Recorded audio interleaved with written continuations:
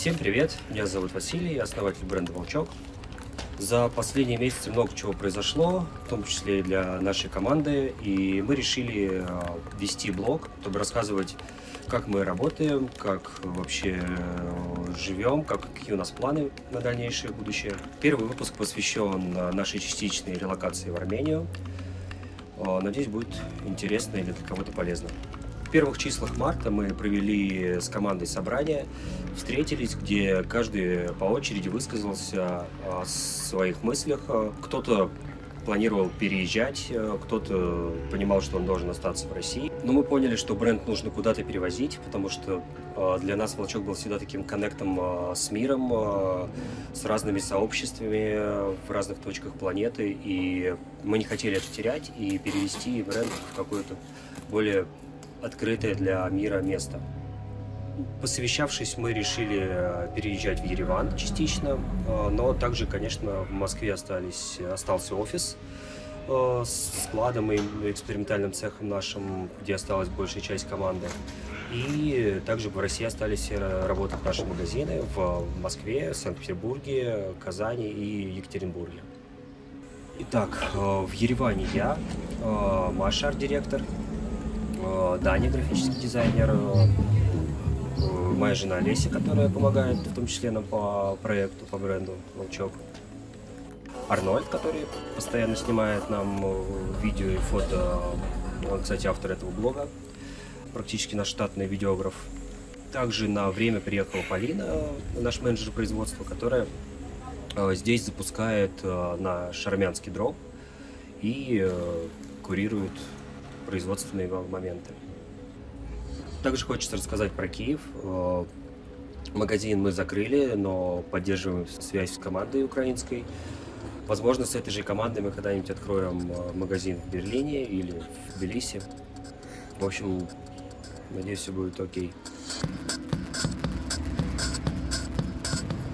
Когда мы только собирались в Ереван, я больше всего переживала по поводу того, как у нас здесь будет складываться взаимодействие с людьми, потому что у нас такой проект, который не может существовать без контекста и без какого-то комьюнити. И у меня не было никакого представления о том, какие здесь люди, чем они живут. В итоге, как только мы приехали, мы сразу нашли очень много добрых, отзывчивых людей, готовых поделиться вообще всем, что у них есть, своими мыслями, чувствами, отношением к вещам.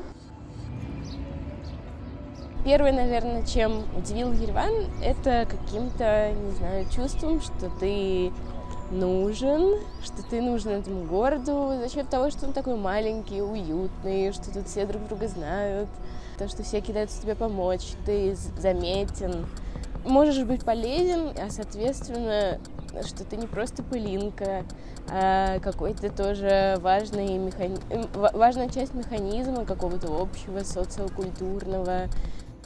Люди здесь кажутся более открытыми. Например, когда я заходил в магазин и выбирал арахисовую пасту, консультант мне сказал, что у них паста дорогая, потому что органическая, но можно сходить в соседний магазин и взять там подешевле. Это меня очень умилило. Также постоянно веду диалоги с таксистами, это сложно сесть в машину и не поболтать. И при этом разговоры кажутся довольно здравыми и полезными. Также, конечно, для нас важно было найти близких по духу людей, поэтому первую неделю мы пошли в клуб «Полиграф», чтобы проверить, как тут дела с технотусовкой. Понравился клуб, звук, музыка и люди. Мне становится более ясна и понятна, своя мотивация, когда я, допустим, иду на какие-то вечеринки и так далее. То есть я действительно иду увидеться, тоже как-то поучаствовать, ничего не пропустить. Наверное, меня стало реже посещать желание просто исчезнуть, пропасть. Были сомнения насчет того, что здесь вообще делаю, что я чужой. Я решил, что мне нужно побыть в режиме наблюдателя, смотреть за всем происходящим, смотреть за поведением местных жителей. Наверное, больше всего уделяю этому времени. И мне очень нравится наблюдать за тем, как здесь все происходит.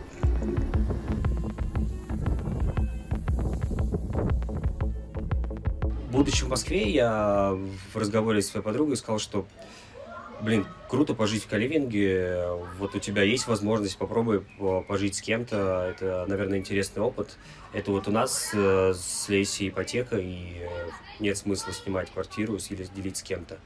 Но сейчас я вот живу в Каливинге, мы живем вшестером, делим быт, и это довольно интересно, интересный опыт. У нас есть общая зона в квартире, где мы используем как офис. Это помогает часто в работе, где ты можешь довольно быстро обсудить какие-то планы. И это позволяет делать какие-то общие совместные дела, от просто ужинов до просмотров фильмов. Играем в Контру и Warcraft. Это тоже помогает много отвлечься и разгрузить голову. Это супер нравится Гризли, нашей собаке, когда много народу в квартире, он не скучает, не грызет обои или подушки, как раньше. И квартира просторная, так что он здесь бегает. Еще во дворе у нас поселились котята с кошкой. И каждый человек, который мы живем, вносит от себя что-то в наш быт. Я, например, в своем УКР пристаю ко всем, чтобы они убирали обувь в шкафчик, ставили стаканы в нужное место, или просто слежу, достаю всем занудничаю по порядку. Арнольд, он любит челленджи, и благодаря ему мы проходим челлендж по отжиманиям. Сейчас он еще заставляет других ребят вставать в 6 утра и бегать. К каливингу я сначала относился довольно странно, непривычно. Мне непривычно было коммуницировать постоянно. На самом деле в этом был огромный плюс, потому что если бы я был один в этот момент, то меня бы очень сильно накрыли негативные мысли, я бы загнался и не смог нормально функционировать.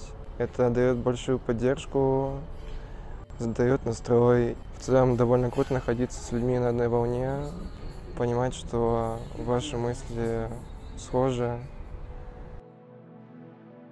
Я помню, с каким чувством я уезжала из Москвы. Мне казалось, что на тот момент, что как будто бы все потеряло смысл.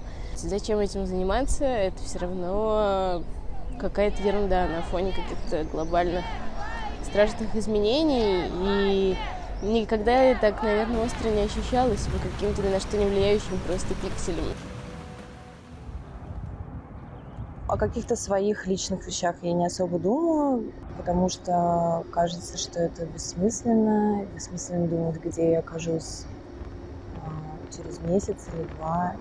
Какие-то личные амбиции отошли на второй план. Мне нравится думать о каких-то коллективных вещах, о каких-то коллективных активностях, о том, что можно делать вместе, о себе как части чего-то целого, что ты создаешь вместе с людьми, с которыми вы друг друга понимаете. Наверное, это то, что меня сейчас больше всего вообще воодушевляет и держит на плаву, можно сказать. Во время нахождения здесь я часто пытался себя отвлечь всякой деятельностью, чтобы не думать слишком много о каких-то глобальных штуках. И как-то я хотел здесь наколоть татуировку, но неделя поиска не принесла каких-то результатов. Я не нашел того, что я хотел. На фоне этого я подумал, что круто было бы самому попробовать что-то сделать. Меня этот процесс очень сильно увлек, и я понял, что основное — это работа с человеком в первую очередь, а не с телом. И важно, чтобы татуировка характеризовала человека.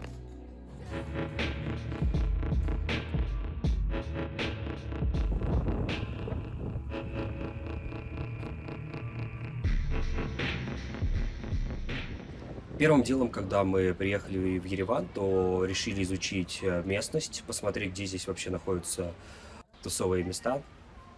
Потом мы сходили в кафе, которое тоже находится в гараже Watch Louis, Watch Mood, и поняли, что тоже хотим иметь магазин в гараже, потому что это выглядит очень интересно. Нам посоветовали расклеить объявление. Практически сразу нам позвонили и предложили гараж по соседству с кафе Войчи Луисом.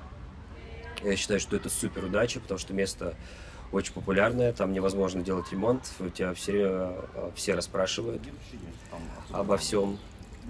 Ну, это, конечно, замечательно. Вернулось вообще какое-то желание жить, вернулось желание снова учиться, вернулось желание творить и работать.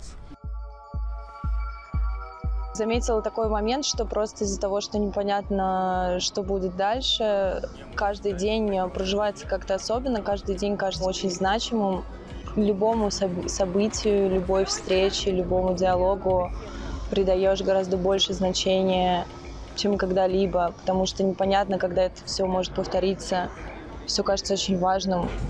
И есть вот это клише, что надо жить в моменте, как будто бы сейчас действительно происходит жизнь в моменте, как бы это ни звучало.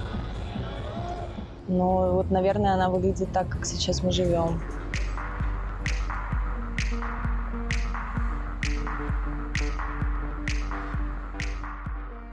Эта поездка стала какой-то важной вообще в какой-то моей личной самоидентификации, потому что я наполовину армянка, ну, как-то так вышло, что просто из-за того, что моя семья была достаточно далеко вдали от родины, мое первое знакомство именно дома, типа, с армянской культурой, оно произошло, наверное, не так, как бы мне этого хотелось.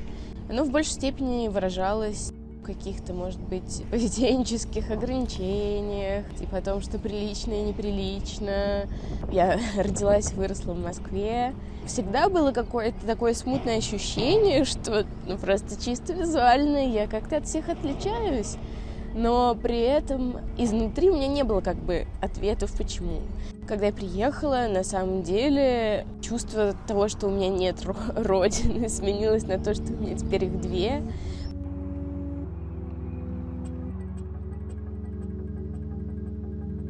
В Ереване темп отличается от московского, да и мы сами перешли немножко в лайтовый режим.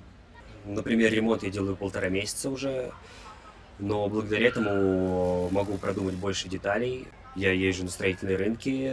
Один из любимых — рынок Гнюни, где можно найти всякие старые заводские лампы, крюки, цепи, трубы. Это одно из моих любимых мест уже в Армении. По выходным классно ездить на Раздан. Это стадион Раздан, где устраивают барахолку по выходным.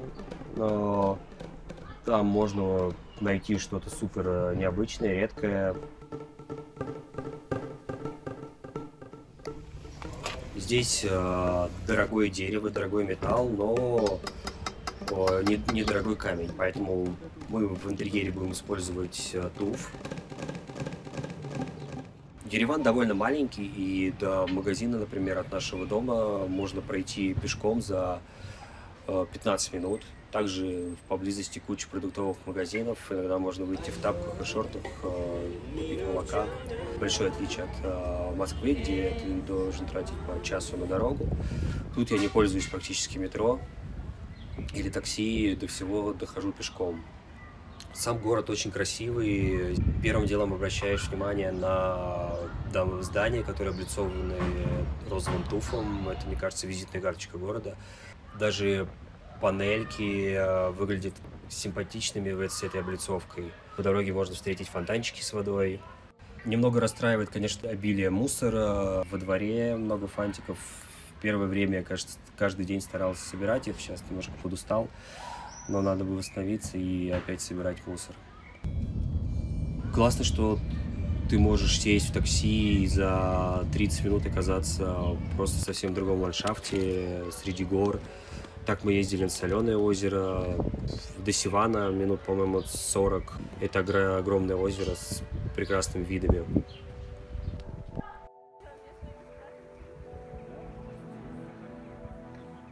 Когда мы обустроились здесь, мы решили, что нам необходимо сделать здесь вещи, армянский дроп. Мы подумали, что круто взять классическую стилистику армянской графики. армянской культуры, делать некий симбиоз с нашим стилем, чтобы не только сделать то, что уже есть, но и привнести сюда что-то новое. Во время ресерча я очень удивился, что здесь придают большое значение узорам и типографике, что у каких-то артефактов, например, Хачкара, есть какая-то энергетика, у них внимание уделено каждым деталям, и чувствуется, что этот предмет с душой какой-то. Я бы хотел себе могилу с Хачкаром. Для меня это стало вообще большим открытием, насколько богатая, древняя, с каким-то внутренним даже каким-то надломом, трагичностью, но при этом принятием и легкостью богатая культура, и насколько приятно и удивительно ощущать себя какой-то непосредственной ее частью. Хочется это как-то дальше в себе взращивать, заполнять.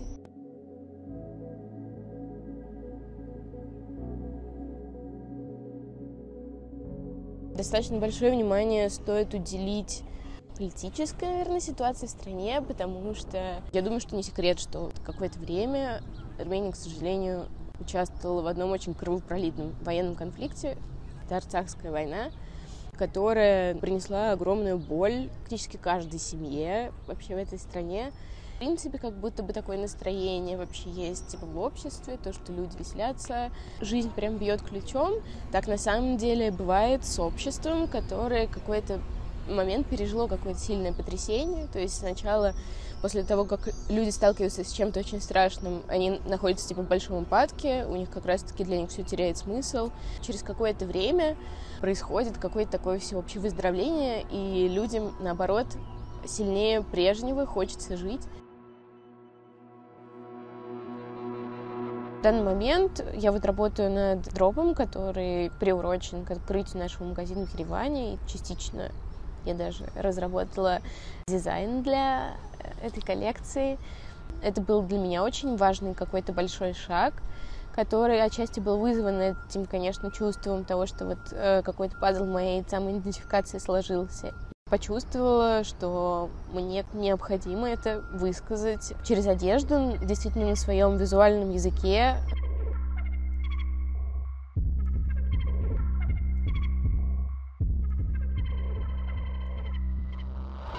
Также для этого дропа мы решили сделать уникального персонажа в виде волка с крыльями.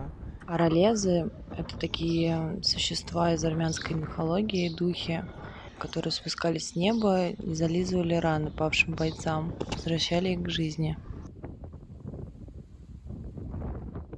Также это будет логотипом. Передо мной стояла задача найти как бы все с нуля, с производствами, со всеми их преимуществами, недостатками. Первое время казалось, что не получается буквально ничего, но в какой-то момент все начало достаточно оперативно складываться. Мне повезло познакомиться с местным дизайнером Нареком Джангаряном. На самом деле, нужно сказать ему огромное спасибо, потому что какую-то структурность в мои поиски производств внес именно он, предупредил меня о многих каких-то вещах, представил меня даже типа на одном производстве. Действительно очень высокое качество пошива, и люди кажутся какими-то более, участливыми, для которых, наверное, вопрос прибыли не преобладающий вообще ни на секунду. Несколько раз у нас было такое, что людям на производстве казалось, что так, как они считают, будет лучше, и они что какие-то правки и изменения вносили исключительно по своей воле. Определенно есть какие-то свои недостатки. Они в большей степени касаются материалов. Немножко расслабленные настроения, в том числе распространяются и на производство. Они немножко не соблюдают сроки. Как будто бы им некуда спешить. Нужно не бояться, наверное, быть настойчивым, назойливым, каждый день звонить, напоминать. Но я тоже не могу сказать, что это вот что-то такое, с чем, наверное, нельзя смириться.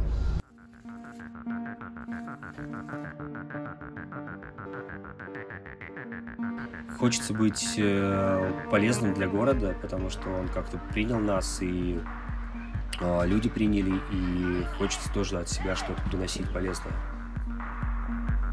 Как-то так все придумать и сделать, чтобы происходил какой-то обмен между нами и этой средой, этим сообществом людей, которые мне уже нравятся и которые мне кажется, близки по мироощущению. При этом непонятно, как все сложится дальше. Это и так всем понятно, что непонятно, как все сложится дальше. Но да.